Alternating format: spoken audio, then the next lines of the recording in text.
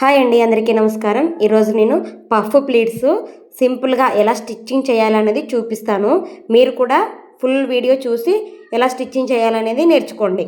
First వచ్చేసి lining తీసుకోండి. అలాగే లైనింగ్ని 4 ఫోల్డింగ్ చేయండి. 4 ఫోల్డింగ్స్ చేసుకున్న తర్వాత మనము నార్మల్ ఫుల్ హ్యాండ్స్ ఎలా కటింగ్ చేసుకుంటామో ఆ విధంగా కటింగ్ చేసుకోండి. అలాగే ఇక్కడ నేను 10 ఇంచులకి మార్కింగ్ వేసుకొని మళ్ళీ రౌండ్ కోసం 1 ఇంచు 1.5 ఇంచు మార్కింగ్ వేసుకొని రౌండ్ షేప్గా గీసుకోండి. మనం నార్మల్ హ్యాండ్ ఎలా కటింగ్ అయితే చేసుకుంటామో ఆ విధంగా కటింగ్ చేసుకోండి. అంతే.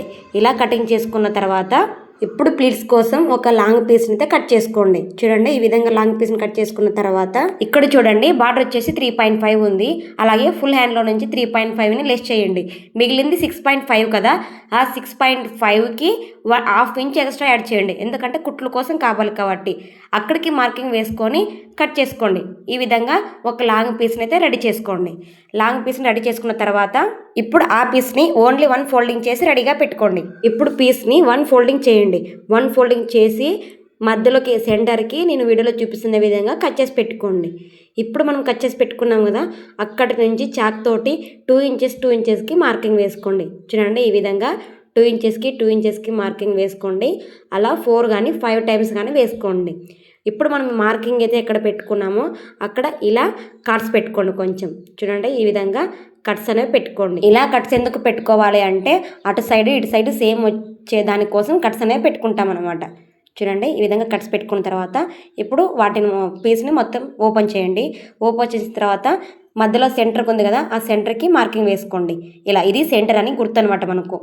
అక్కడి నుంచి మనము 2 ఇంచెస్కి మార్కింగ్ వేసుకున్నాం కదా, ఆ పీసెస్ని నేను వీడియోలో చూపిస్తున్న విధంగా ఒక్కొక్క దాన్ని పట్టుకొని ఒక దాని మీద ఒకటి నేను వీడియోలో చూపిస్తున్న విధంగా ఫోల్డ్ చేసి పెట్టేసేయండి.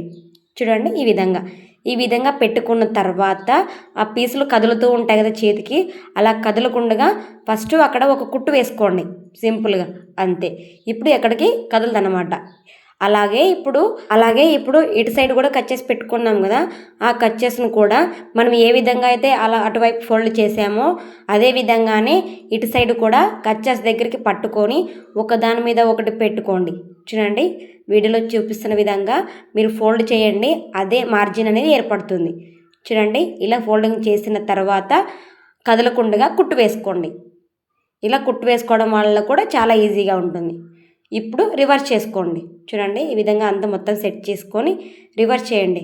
రివర్స్ చేసేసి ప్లీట్స్ అనేవి ఒకదాని మీద ఒకదాని తర్వాత ఒకటి వస్తున్నాయి కదా, అలాగే సేమ్ కుట్టు వేసుకుంటూ రండి సెంటర్కి. చూడండి, ఇక్కడ సెంటర్ ఏదో గుర్తించి ఆ సెంటర్కి ప్లీట్స్ అనేవి ఒకే లెవెల్గా ఉండాలన్నమాట. అలాగే ఆపోజిట్ కూడా ఒక్కొక్క ప్లీట్స్ లైన్గా వచ్చేలాగా చూసుకొని కుట్టు వేసుకోండి. చూడండి, వీడియోలో చూపిస్తున్న విధంగా కుట్టు వేసుకోండి. అంతే. ప్లీట్స్ అయితే పెట్టడం అయితే చాలా సింపుల్, ఈజీగా అయిపోయింది. ఇప్పుడు ప్లీట్స్ ఎలా పెట్టాలో చూపించాను కదా, ఇంకా మీకు ఏమైనా డౌట్ ఉంటే కమెంట్ చేయండి, నేను చెప్తాను.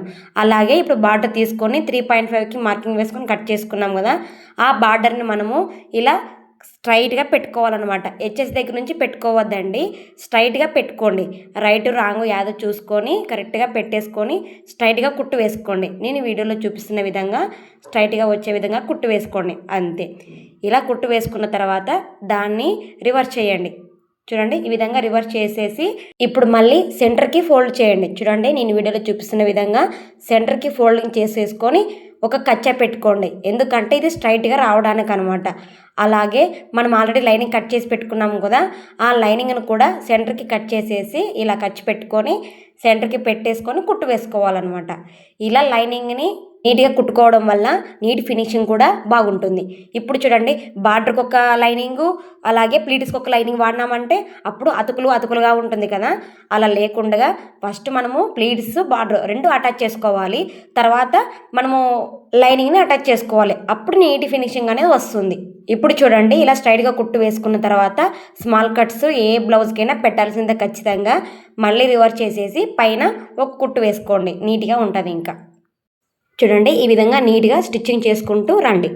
ఇలా వచ్చేసేసి మళ్ళీ పై వైపు కూడా రివర్స్ చేసేసి పై వైపు మనం జాయింట్ వేస్తాం కదా హ్యాండ్కి, ఆ హ్యాండ్ దగ్గర కూడా ఒక 1/2 ఇంచు 1/4 ఇంచు దగ్గరికి వదిలివేసి ప్లేస్ కుట్టు వేసుకుంటూ రండి నీట్గా. ఇలా కుట్టు నీట్గా వేసుకున్న తర్వాత ఎక్స్ట్రా క్లాత్ ఉంటుంది కదా సైడ్కి, దాన్ని మొత్తం కూడా కట్ చేసేసేయండి. చూడండి ఈ విధంగా నీట్గా కట్ చేసేసేసి మధ్యలోకి సెంటర్కి ఏదైతే ఉందో ఫోల్డ్ చేసి ఒక మార్క్ అనేది పెట్టుకోండి. చూడండి ఎలా ఎక్స్ట్రా క్లాత్ మొత్తాన్ని కట్ చేసేసి ఫోల్డ్ చేసిన తర్వాత ప్లీట్స్ ఉంటాయి కదా, అటు సైడ్ ఇటు సైడ్ రెండు వైపులా కూడా సేమ్ ఉండేలాగా రావాలి. ఇప్పుడు అటు సైడ్ హ్యాండ్స్ జాయింట్ చేసే దగ్గర ఎక్స్ట్రా క్లాత్ మొత్తాన్ని కూడా కట్ చేసేసుకోండి.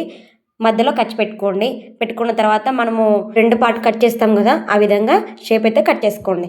తర్వాత చూడండి మన ప్లీట్స్ కింద వైపు ఉంది కదా, ఆ కింద వైపు మన దగ్గర ఉన్న ఏదైనా ఒకటి బటన్ అయితే కుట్టేసుకోండి.